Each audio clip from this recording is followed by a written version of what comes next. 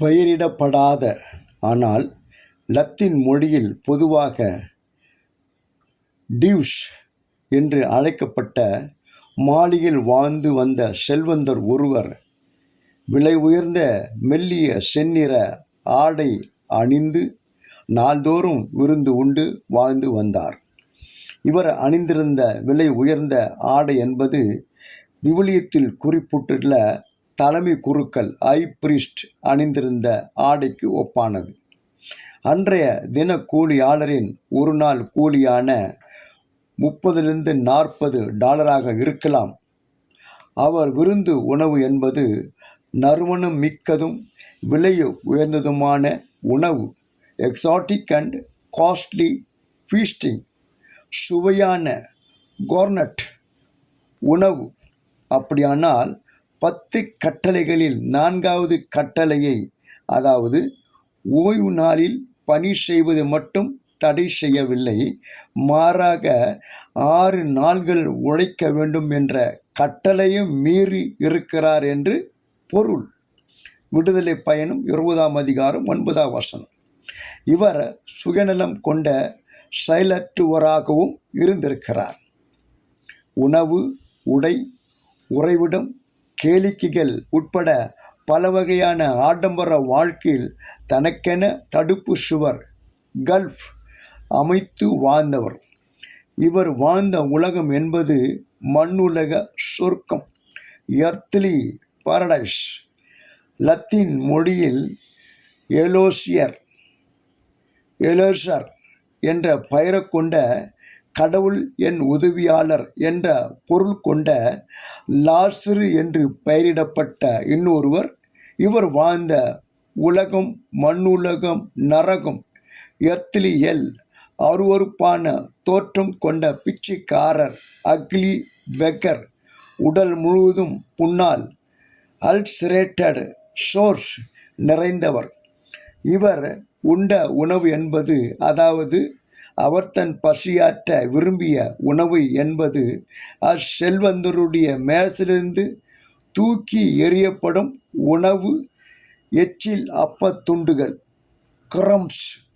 இவைகள் அவர் சாப்பிட்ட பின்னர் கைகளை துடைத்து கொள்ள பயன்படும் அப்பத்துண்டுகள். அவர் அணிந்திருந்த ஆடைகள் என்பது கிழிந்த கந்தல் ஆடைகள், ராக்ஸ். அவர் வாழ்ந்த இடம் என்பது அச்செல்வந்தருடைய வீட்டிற்கு வெளியில் உள்ள வீட்டு வாசல், அவுட்சைட் த கேட். இம்மண்ணுலக செல்வந்தர் சுதந்திரமாக உரிமைகள் கொண்டவராக, ப்ரிவிலேஜ் டு மூவ், நண்பர்கள் உறவினர்களோடு உரையாடி வாழ்ந்தவராக இருந்திருக்கலாம். இவர் வாழ்ந்த நாட்களில் நலன்களை பெற்று வாழ்ந்தவர். ஏழை லாசருக்கு உதவிட யாருமே இல்லை என்பதும், அச்செல்வந்தரை கூட பார்க்க கூடாத தடுப்பு சுவர் இருந்ததாகவும் விவிலியத்தின் மூலம் அறிந்து கொள்ள முடிகிறது.